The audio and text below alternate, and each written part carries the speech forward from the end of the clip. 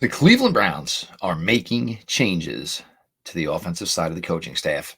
We're going to talk about it all. Your latest Locked On Browns starts now. You are Locked On Browns, your daily Cleveland Browns podcast. Part of the Locked On Podcast Network. Your team every day.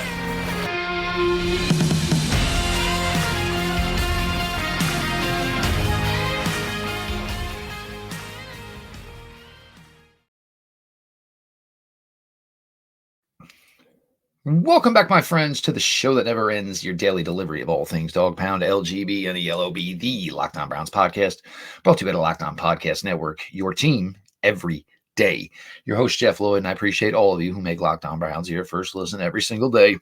The everyday crowd, let's keep getting that number up and up and up. Subscribe to Locked On Browns YouTube channel. Of course, the show is always available, always free, wherever you get your podcasts. LinkedIn Jobs helps you find the qualified candidates you want to talk to faster. Post your job for free at linkedin.com/LockedOnNFL. That's linkedin.com/LockedOnNFL to post your job for free. Terms and conditions apply. Had an episode that would have been launched. We'll send that out later today. And actually, there have been rumblings, but, there'll be basically a sequel to, a lot of changes that I think are about to come to the offensive side of the ball here. This was not a surprise. I got to be honest to you. There was a lot of talk, chatter, from people I do get information with that the Browns had felt the offensive staff, the offense as a whole,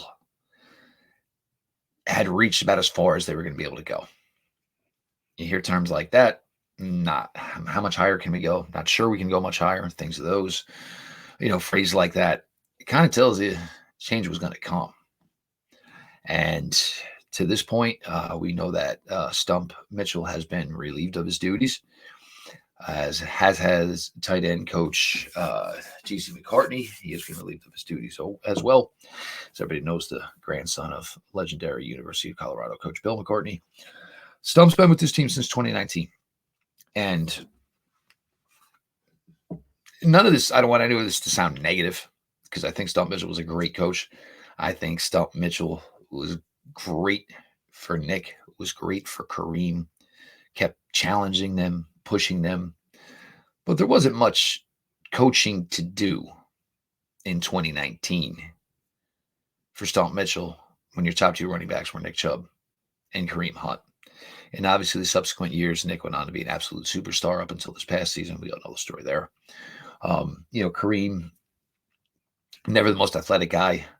And once, the gifts started, the speed, the swagger, once some of his athleticism, there was nothing he could do.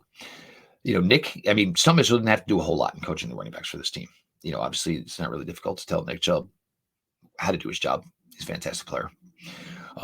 Prime Kareem Hunt, same type of thing. And then, this year, and I know the everydayers know, and everybody's listening to the show, how many times this year did I discuss Jerome Ford? And it seemed like there was some indecision as to what Jerome Ford was supposed to be doing on a lot of running plays. Was he supposed to be patient and try to wait for the play to develop, hit the hole and go? Then there were also times where Jerome Ford looked like there's nothing here. I'm just going to dive forward, get whatever I can. Just things, when you go back in time, when you hear news like this, you think about. And, Jerome Ford, I believe it was, again, 16% of his carries, I think, were either 0 or negative yards. It's not a really good number. Pierre Strong had some flashes, and I think some of what Pierre wasn't able to do for this team may not necessarily be on Stump Mitchell. Holding onto the ball, things of that nature. That's not your running back coach. It's coached in. You should know you're not supposed to let go of the football. Still like Pierre Strong. But this is an overall premises. I think this entire offense is going to change, and we're going to get to that here in the next couple of segments. This Browns team should be all invested in Deshaun Watson. And I'm not saying Deshaun Watson has, even if Deshaun Watson said there was changes to be made, Or was wondering if there's changes going to be made, changing the running back coach, changing the tight end coach. It's not anything to accommodate Deshaun Watson. So none of this has anything to do with Deshaun Watson. I think it does have to do with trying to build an offense that you think works best with Deshaun. Granted, it's not that easy. Obviously, I think, Deshaun's got about 800 total snaps for this team in 2 years. So that is certainly an issue that this team has to look into.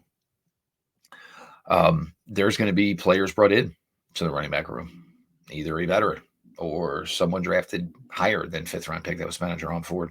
This team needs to get more talented at the running back position. However, the Nick Chubb situation works out, and I believe the Nick Chubb situation is going to work out where they're not going to honor the money that Nick has on the contract for this year, but they will work out a deal with Nick, and Nick will stay here. And I'm assuming it'll be a 1 year, heavy incentive laden deal. So hopefully Nick can get back as much money as he possibly can. And look, we still have no idea of any timetable of when Nick Chubb would be available for 2024. These Browns running back room needs to get better.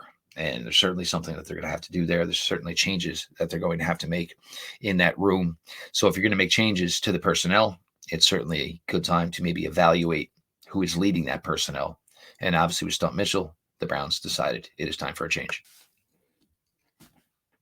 TC McCartney has obviously been here the entire Barry, Coach Steph regime, promoted up to the tight ends coach. And I'm seeing a lot of people, this was David Njoku's greatest season. Yeah, it was. But a lot of that, not necessarily, I don't know if you're going to credit to a coach. I mean, David was an overall, David was a first round pick.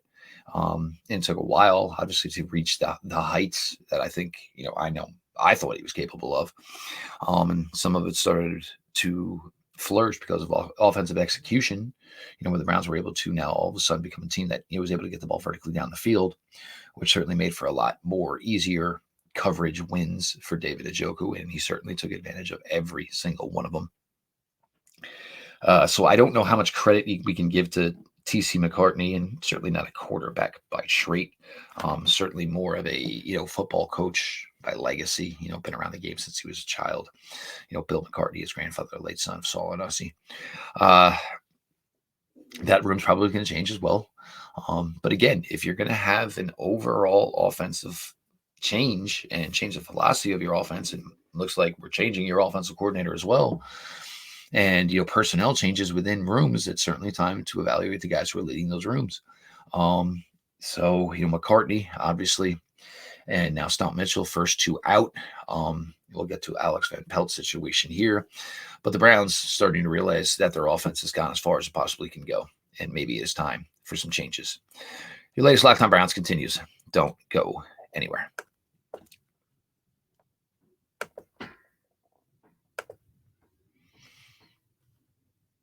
At the start of the new year, every small business owner is asking themselves the same question. What's the one move I can make that'll take my business to the next level in 2024?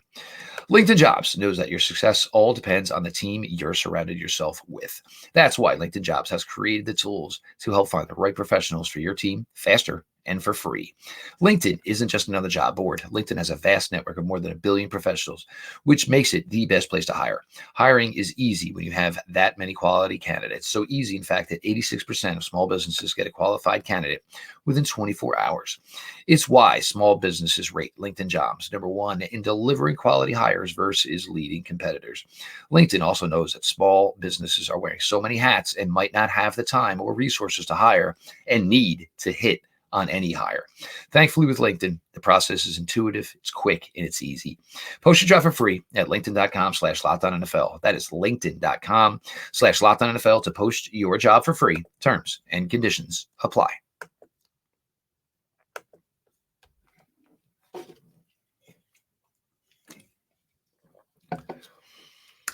Jeff Lloyd, your latest Locked On Browns, and of course, I appreciate all of you who make Locked On Browns your first listen every single day. If you're not part of the everyday crowd by now, make a new plan, subscribe to the Locked On Browns YouTube channel. The show is always available. It's always free wherever you get your podcasts. Now, with the initial report this morning from Josina Anderson, it named not only Stump Mitchell, it named not only TC McCartney, but also named Alex Van Pelt as someone that the Browns are moving on from. Then come the Browns reporters, and basically from what they're saying is, it's still in limbo. He's still technically under contract. Now, all of this could be true, sure. But once your name is out there as being out, you have a really, really hard time believe you're coming back in. So this could also be one of those situations where, Alex Van Pelt said, hey, can I at least tell my core? Can I tell my significant family, my significant others, what's going on here first? So, my family doesn't read about me losing my job through social media, et cetera, et cetera, et cetera. Unfortunately, the media is 10 times faster than everything else in the world today. So with Alex Van, and look, Alex, 2 years obviously as offense coordinator. When he was originally brought here in 2019. When he was originally brought here in 2020, it was to obviously try to fix Baker Mayfield after the Freddie Kitchens experience, and that was done. There was no question. And and to say Alex Van Pelt was the offense coordinator of this football team, that was his title.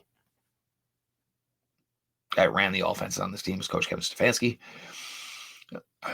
So again, now this is a team on offense. And look, we finally, and this is one of the biggest talking points. Pardon me. Now this has been one of the biggest talking points, obviously, of this whole entire Kevin Stefanski regime was it seemed like the offense was limited. The offense never had this huge, big playability. There were never no three play for 75-yard drives. It was always a methodical chess game, 10, 11. And not to say the offense hasn't been good this time. It certainly has. But they are missing, a big playability, a chunk ability with their offense that you see on display when you watch a lot of good teams in the NFL. Certainly these teams that are winning these playoff games over the weekend, you're seeing that. You're seeing a lot of that. And while the Browns took a major, major step with their defense here this season, they, offense still at times had to be perfect. And, some of the real facts of this is this team turns the ball over at an alarming rate. It's always something that's not good. Without Nick Chubb, you saw a huge, huge difference in this team's ability to run the football. And it's hard to point fingers or point blame here when you have a team that did have to play 5 quarterbacks. And the last we did see a Deshaun, I think everybody felt really dang good as Deshaun went 14 for 14 in the second half in Baltimore. In a game, obviously, the Browns rallied from behind to win. DTR, certainly, you can't hang anyone's head on the development of a 5th-round quarterback in DTR. I think we all like him, and I think there's ability there. And, whatever anybody thinks he did this year or didn't do this year, that was not going to save somebody's job. It was certainly not going to lose somebody their job. PJ Walker, they got what they could. PJ Walker has been a guy who's been all over football, pro league, all pro league, sorry. Different levels of professional football should be the correct way to say that. I'm sorry. And then you got Joe in here, and obviously Jojo came in super, super hot, and you had that magical run that you did. But this offense is, at times kind of stale, kind of vanilla. This was one I saw, and I believe it was buddy of mine, Jared Luganville, here on social media, brought up the name Darrell Bevell. And now if anybody remembers Darrell Bevell, had time with Seattle, certainly was with Coach Stefanski in Minnesota. He has spent last 2 seasons in Miami as a passing game coordinator. And, whatever you think about the Dolphins and their early exit and obviously losing, the opportunity to winning the AFC Championship at home, you look at that offense and it's enticing what they can do. The big play ability that they have, the amount of chunk yardage that they pick up through the running game and certainly through the passing game. So, that name because look, everybody right now is going to spout off 5,000 guys. So that name for me, Darrell Bevell, seems interesting because you're always going to look for somebody, with some ties, some simpatico. And obviously for Coach Steph, that is a guy. I think if you're anybody in the NFL right now, there's certain teams' offenses you want to watch and see what you can steal and replicate for yourself within your own offense. And I'm sure every NFL team right now is watching some Miami Dolphin film, seeing if there's some things they can take from that team and put into their own offense. So with these moves and hopefully a commitment to improve this offensive line, and obviously there's other thoughts here, of, what can the Browns do, at the offense coordinator spot. And now this is the thing here for Coach Steph is if you want to go get a top of the line offense coordinator, and I'm not saying Kellen Moore, but a name like Kellen Moore, and Eric Bieniemy, if Coach wants this big time upgrade for an offense coordinator, and I'm not saying he does or he doesn't, there's going to have to come up with the thought process. And will Coach Stefanski give up play calling? Because anybody who's trying to get on this path obviously would come here looking to be the Browns offense coordinator, but also then would hopefully be looking to parlay that into their own NFL head coaching job. And, if it comes down to I can go coach the Browns or I can go coach this team, that team, the other team, two of those teams are offering me the opportunity to call plays. So not only am I getting to create kind of an offense with Coach Stefanski, I'm also getting to sharpen my skills by being a play caller. So these are huge questions that, we're going to see as, these processes work out here over the next couple of weeks. And we'll see, if the Browns, we could hear that they're interviewing people right away. There's obviously still there's still many, many teams, obviously 8 teams still alive in the NFL playoffs. So the Browns might be waiting until they can talk to some of that personnel. There's always going to be a name that we probably don't see coming, a long horse, so to speak. But with these moves and, what we believe are going to be the impending moves of re-signing Andrew Berry and re-signing Coach Kevin Stefanski, again, those who were surprised, I don't know why. I mean, even though this team won 11 ball games this year, did you ever look at the Cleveland Browns offense, other than maybe the weeks Joe Flacco was leading, and say, man, this offense is unstoppable. This offense is on another level. These are things nobody was saying about the Cleveland Browns offense. Everything everybody spoke about the Cleveland Browns this year was majority about the defense, and probably rightfully so. So it's time. It's time to upgrade, and it's time to get on a level here, where you can get 400 yards plus per week. Cleveland Browns need to upgrade the offense. Cleveland Browns are going to upgrade the offense. Your latest Locked On Browns continues.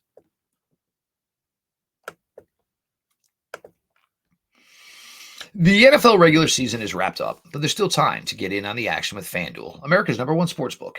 Right now, new customers get $150 in bonus bets, guaranteed, when you place $5 bet.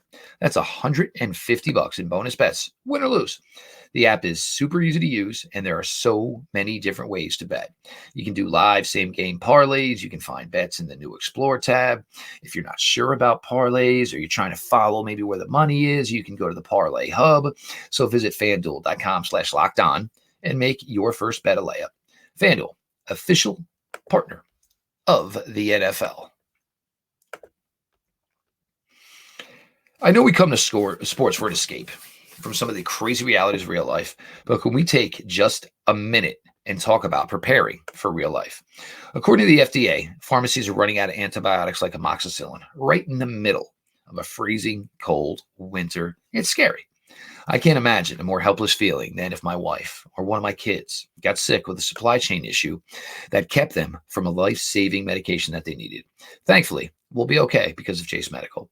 The Jase case is a pack of 5 different antibiotics to treat a long list of bacterial illnesses, including UTIs, respiratory infections, sinusitis, skin infections, among others. This stuff could happen to any of us. Visit jasemedical.com and complete your physician encounter. It will be reviewed by a board-certified physician, and your medications will be dispensed by a licensed pharmacy at a fraction of the regular cost. It's never been more important to prepare than today. Go to jasemedical.com and use offer code LOCKEDON to get $20 off your order.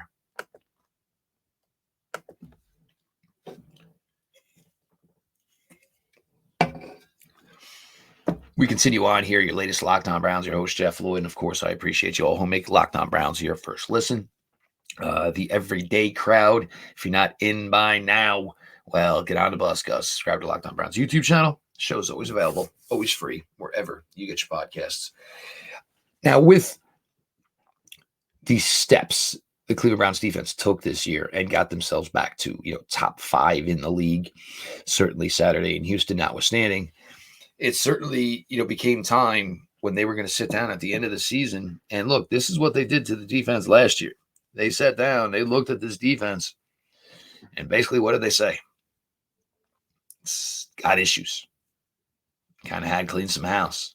And it wasn't just coaching. It was obviously a lot of personnel. So you went out and you got one of the best in the business in Jim Schwartz. But you had to get the guy, the artillery he needed. You signed Agbo Okoronkwo. You traded for Zadarius Smith. You drafted Elijah McGuire. You developed Alex Wright. You signed Dalvin Tomlinson. You brought in Maurice Hurst. You drafted Siaki Ika. You signed Shelby Harris.